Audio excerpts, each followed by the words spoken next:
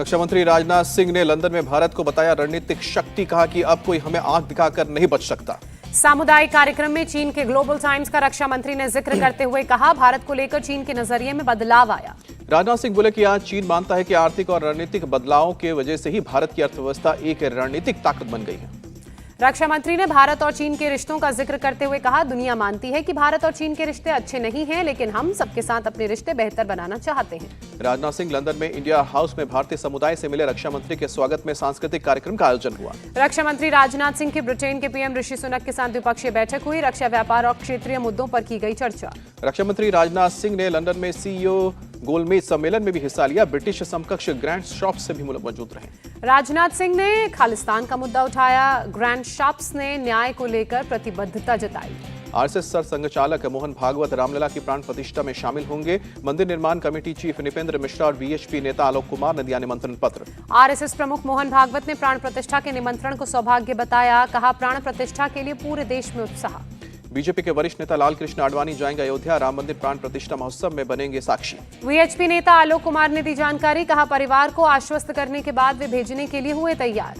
कांग्रेस ने रामलला की प्राण प्रतिष्ठा का निमंत्रण ठुकराया। सोनिया गांधी, मल्लिकार्जुन खड़गे और अधीर रंजन चौधरी 22 जनवरी को नहीं जाएंगे अयोध्या। कांग्रेस ने प्राण प्रतिष्ठा को आरएसएस और बीजेपी का कार्यक्रम बताया। कहा, आरएसएस और बीजेपी ने राम मंदिर का राजनीतिकरण किया। कांग्रेस ने बीजेपी पर लगाया आरोप, सिर्फ चुनाव लाभ उठाने के लिए अर्धनिर्मित मंदिर का उद्घाटन हो रहा है। कांग्रेस नेता दिग्विजय सिंह ने आरएसएस और बीजेपी पर आरोप लगाते हुए कहा, पहले धर्म के नाम पर हिंदू मुस्लिम किया, भगवान राम को बांटने की कोशिश कर रहे हैं। दिग्विजय सिंह ने लगाया शंकराचार्य को अपमानित करने का आरोप, कहा कि निर्मोही अखाड़ा करता था पूजा, उनका अधिकार क्यों छीना गया। दिग्विजय सिंह ने किया विश्व हिंदू परिषद पर हमला। कहा, मंदिर हमारे चंदे के पैसे से बन रहा है, वीएचपी का क्या है अधिकार। कांग्रेस के निमंत्रण अस्वीकार करने से आहत हुए आचार्य प्रमोद कृष्णम, फैसले को बताया आत्मघाती। गुजरात कांग्रेस के नेता अर्जुन मोडवाडिया ने न्योता ठुकराने पर कड़ी आपत्ति जताते हुए कहा, कांग्रेस को ऐसे राजनीतिक फैसले से दूर रहना चाहिए था। गुजरात कांग्रेस अध्यक्ष अम्बरीश डेर ने भगवान राम को बताया आराध्य। लिखा कि कांग्रेस के कुछ लोगों को ऐसे बयान से दूरी बनाए रखना चाहिए, जन भावना का सम्मान करना चाहिए। कांग्रेस के फैसले का इमरान प्रतापगढ़ी ने बचाव करते हुए मंदिर मस्जिद जाना निजी आस्था का विषय बताया। बीजेपी कर रही है राजनीति, कहा। राजस्थान कांग्रेस अध्यक्ष गोविंद सिंह डोटासरा का राम मंदिर कार्यक्रम में बड़ा बयान। पूछा कि राम मंदिर और अयोध्या क्या बीजेपी का कार्यालय है। सोनिया खड़गे के निमंत्रण ठुकराने पर नलिन कोहली ने कहा, कांग्रेस कभी राम नहीं चाहती थी, न राम मंदिर चाहती थी। राम मंदिर का निर्माण को ठुकराना कांग्रेस की सनातन विरोधी सोच को दिखाता है, केंद्रीय मंत्री स्मृति ईरानी का निशाना। केंद्रीय मंत्री अनुराग ठाकुर ने कहा, आज कांग्रेस ने समारोह का बहिष्कार किया, आने वाले समय में जनता कांग्रेस का बहिष्कार करेगी। बीजेपी सांसद मनोज तिवारी ने सोनिया गांधी को राम भजन गाने की दी नसीहत। कहा कि इटली की भाषा में गा दें, अगर भारत की भाषा में ना गा पाएं। राम मंदिर के निमंत्रण को ठुकराना, भारत की पहचान को अस्वीकार करना, पूर्व सीएम शिवराज सिंह चौहान का निशाना। बीजेपी नेता मनजिंदर सिंह सिरसा ने कांग्रेस के निमंत्रण ठुकराने को बताया शर्मनाक। कहा कि कांग्रेस आस्था को राजनीति रंग दे रही है। रामलला के मुख्य पुजारी सत्येंद्र दास ने कांग्रेस के निमंत्रण ठुकराने पर कहा, जिन्होंने राम के अस्तित्व को ही नकार दिया, वो अब किसके दर्शन करके आएंगे। कांग्रेस के समर्थन में उतरी टीएमसी कुणाल घोष बोले कि हम सभी धर्मों का सम्मान करते हैं, लेकिन धर्म के नाम पर लोगों को बांट रही है बीजेपी। गुजरात के अहमदाबाद से अयोध्या पहुंचा 500 किलो का नगाड़ा। राम मंदिर के लिए बनाया गया है विशेष नगाड़ा। तिरुपति की तरह हनुमानगढ़ी के लड्डू की भी मिलेगी इंटरनेशनल पहचान। जल्द ही जीआई टैग मिलने की संभावना। धनबाद की सरस्वती देवी रामलला प्राण प्रतिष्ठा के मौके पर तोड़ेंगी मौन व्रत। 30 साल से मौन व्रत पर है सरस्वती देवी। नेशनल कॉन्फ्रेंस नेता फारूक अब्दुल्ला को ईडी ने भेजा समन। मनी लॉन्ड्रिंग के मामले में पूछताछ के लिए तलब। सूत्रों के मुताबिक जेकेसीए घोटाला मामले में फारूक अब्दुल्ला से पूछताछ होगी। ईडी और सीबीआई दोनों की जांच जारी है।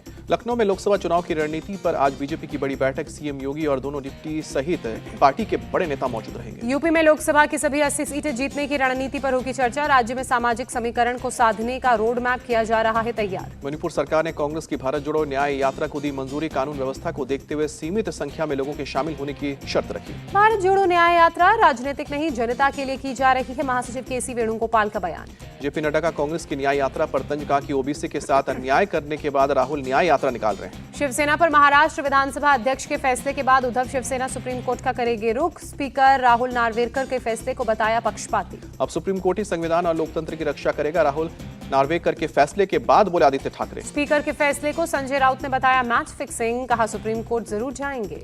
स्पीकर के फैसले पर भड़के उद्धव ठाकरे। कहा कि लोकतंत्र की हत्या हुई है, सुप्रीम कोर्ट के आदेश का पालन नहीं हुआ। एकनाथ शिंदे पर भी बरसे उद्धव ठाकरे। कहा, गद्दार कभी राष्ट्रीय कार्यकारिणी नहीं हो सकते, जनता को साथ लेकर लड़ेंगे। शरद पवार ने स्पीकर के फैसले पर जताई निराशा, कहा कि उद्धव गुट को सुप्रीम कोर्ट से न्याय मिलने की उम्मीद। महाराष्ट्र कांग्रेस अध्यक्ष नाना पटोले ने स्पीकर के फैसले को असंवैधानिक बताते हुए कहा, अब सुप्रीम कोर्ट से न्याय की आस। उद्धव गुट की नेता प्रियंका चतुर्वेदी ने कहा कि स्पीकर ने चुनाव आयोग के फैसले पर लगाई मुहर, हमें पता था कि यही फैसला आएगा। स्पीकर के फैसले को सीएम शिंदे ने लोकशाही की जीत बताया, कहा एकाधिकार और परिवारवाद की हार हुई। स्पीकर के फैसले के बाद देवेंद्र फडणवीस ने कहा कि संवैधानिक मूल्यों के तहत हुआ शिंदे सरकार का गठन, सरकार पूरा करेगी कार्यकाल। शिंदे गुट के नेता दीपक केसरकर ने स्पीकर के फैसले को सही बताया, तथ्यों के आधार पर दिया फैसला, लोकतंत्र मजबूत हुआ। दिल्ली में आज कांग्रेस मैनिफेस्टो कमेटी की वर्चुअल बैठक होगी, लोकसभा चुनाव की घोषणाओं पर चर्चा की जाएगी। इंडिया अलायंस का नहीं होगा कॉमन मैनिफेस्टो, सूत्रों की खबर, गठबंधन में शामिल हर पार्टी का होगा अपना घोषणा पत्र। सीट शेयरिंग को लेकर कांग्रेस के साथ चल रही है सकारात्मक चर्चा, मीडिया रिपोर्ट्स पर ना दे ध्यान, सौरभ भारद्वाज का बयान। मध्य प्रदेश के मुरैना में कांग्रेस कार्यकर्ता सम्मेलन, प्रदेश कांग्रेस अध्यक्ष जीतू पटवारी और दिग्विजय सिंह ने कार्यकर्ताओं से मुलाकात की। अहमदाबाद में एशिया के सबसे बड़े फ्लावर शो में पहुंचे पीएम मोदी, फूलों से बनी संसद, सरदार पटेल और चंद्रयान की प्रतिमा। Ahmedabad vibrant flower show Guinness Book of World Record में शामिल, 221 मीटर लंबा फ्लावर स्ट्रक्चर बनाकर तोड़ा गया चीन का रिकॉर्ड। अहमदाबाद फ्लावर शो में 15 लाख से ज्यादा फूल पौधे लगाए गए, 15 जनवरी तक चलेगा वाइब्रेंट फ्लावर शो। गांधीनगर में वाइब्रेंट गुजरात ग्लोबल समिट का आयोजन, लाइट एंड साउंड शो का दिखा अद्भुत नजारा। बरेली में सीएम योगी ने इंडोर स्टेडियम का उद्घाटन किया, सीएम ने बच्चों से मुलाकात भी की। बरेली में सीएम योगी का बड़ा बयान, आज कर्फ्यू नहीं लगता है यहाँ, नया उत्तर प्रदेश है। जो बहन बेटियों की सुरक्षा के लिए खतरा, यूपी पुलिस उनके लिए खतरा बनी, बरेली में सीएम योगी का बयान। लखनऊ में सपा नेता डिंपल यादव के बर्थडे पर पोस्टर लगे, पोस्टर पर लिखा भावी मुख्यमंत्री। इलाहाबाद हाईकोर्ट में आज श्री कृष्ण जन्मभूमि और शाही ईदगाह मस्जिद विवाद पर सुनवाई, कोर्ट कमिश्नर की नियुक्ति पर होगी सुनवाई। दिल्ली हाईकोर्ट में आज सुनहरी बाग मस्जिद केस की सुनवाई, जाम की वजह से मस्जिद को हटाने की एनडीएमसी के प्रस्ताव के खिलाफ दायर की गई है याचिका।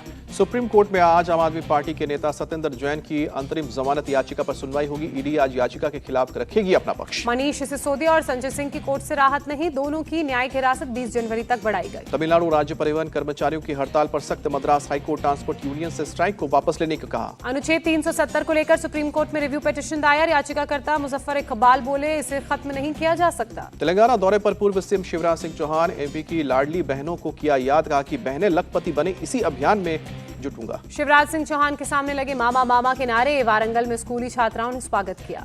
मध्य प्रदेश की लाडली बहनों को तोहफा, सीएम मोहन यादव ने 1576 करोड़ रुपए किए ट्रांसफर। दिल्ली के रोहिणी इलाके में खंजावाला में नकली घड़ी डिटर्जेंट केक की फैक्ट्री पर छापेमारी, भारी मात्रा में नकली सामान जब्त। घड़ी डिटर्जेंट की कंपनी आरएसपीएल लिमिटेड ने कोर्ट में दायर की थी याचिका, कोर्ट के आदेश पर फेक डिटर्जेंट की फैक्ट्री पर रेड किया गया। बंगलुरु विधानसभा के सामने एक परिवार के 8 लोगों ने की आत्महत्या की कोशिश, सहकारी बैंक पर प्रताड़ित करने का आरोप। हरियाणा के जिंद में 10 बांग्लादेशी गिरफ्तार हुए, अवैध तरीके से रह रहे थे। कर्नाटक के चिकमंगलुरु में 2 मुस्लिम लड़कों से मारपीट, 4 लड़के गिरफ्तार। यूपी के कासगंज में 25,000 के 2 इनामी बदमाश गिरफ्तार हुए, पुलिस एनकाउंटर में दोनों बदमाशों को गोली लगी।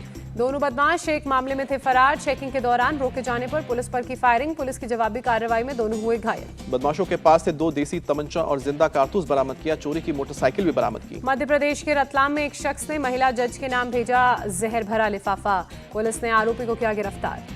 पुलिस ने लिफाफा को एफएसएल को भेजा, आरोपी के मुताबिक लगातार कोर्ट के चक्कर लगाने से था परेशान। हैदराबाद में इंटरस्टेट ड्रग तस्कर गैंग का भंडाफोड़, गांजे के 42 पैकेट बरामद, पुलिस ने 3 तस्करों को गिरफ्तार किया। असम के गोलपारा में अवैध अतिक्रमण के खिलाफ वन विभाग की कार्रवाई, जंगल की जमीन पर अवैध निर्माण पर चलाया गया बुलडोजर। उत्तर प्रदेश के बुलंदशहर में फोम की फैक्ट्री में भीषण आग लगी, फायर ब्रिगेड की टीम ने आग पर काबू पाया। आग लगने के समय फैक्ट्री में काम कर रहे थे कर्मचारी, फैक्ट्री से बाहर भागकर कर्मचारियों ने बचाई जान। आग से फैक्ट्री में रखा लाखों का सामान जलकर खाक, आग से किसी की जान को नुकसान नहीं पहुंचा। तमिलनाडु के कुन्नूर में चाय बागान में घुसे 8 जंगली हाथियों को किया गया रेस्क्यू, रिहायशी इलाके में घुसने की कर रहे थे कोशिश। दिल्ली में कोहरे का रेल सेवा पर पड़ा असर, कई ट्रेनें देरी से चल रही हैं।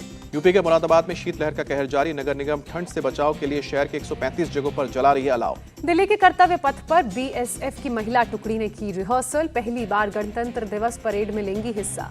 बीएसएफ की महिला ब्रास बैंड भी परेड में शामिल होगी, महिला जवानों ने बैंड की धुन पर कदम ताल कर अभ्यास में शामिल की। जम्मू कश्मीर के मार्तंड सूर्य मंदिर में सूर्य नमस्कार कार्यक्रम का आयोजन, सीआरपीएफ के जवानों सहित लोगों ने किया सूर्य नमस्कार।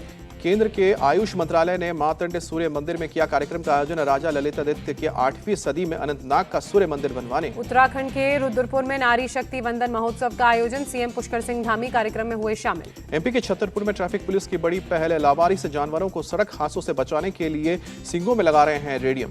भारत और अफगानिस्तान के बीच टी20 सीरीज शुरू होने से पहले ही अफगानिस्तान को बड़ा झटका। राशिद खान चोट की वजह से पूरी सीरीज से बाहर। आईसीसी टेस्ट रैंकिंग में बड़ा फेरबदल। कोहली 6ठे स्थान पर पहुंचे। रोहित शर्मा ने नंबर 10 में जगह बनाई। गेंदबाजी में 13 स्थान की छलांग लगाकर मोहम्मद सिराज 17वें नंबर पर पहुंचे। बुमराह नंबर 4 पर। लोकसभा चुनावों के बावजूद आईपीएल सीजन 16 की होगी शुरुआत। 22 मार्च को शुरू हो सकता है आईपीएल का नया सीजन। आईपीएल के नए सीजन के लिए धोनी ने शुरू की प्रैक्टिस। तूफानी बल्लेबाजी करते हुए वीडियो वायरल। नोएडा में रन लेते समय अचानक मैदान पर गिरा बल्लेबाज। हार्ट अटैक से हुई मौत।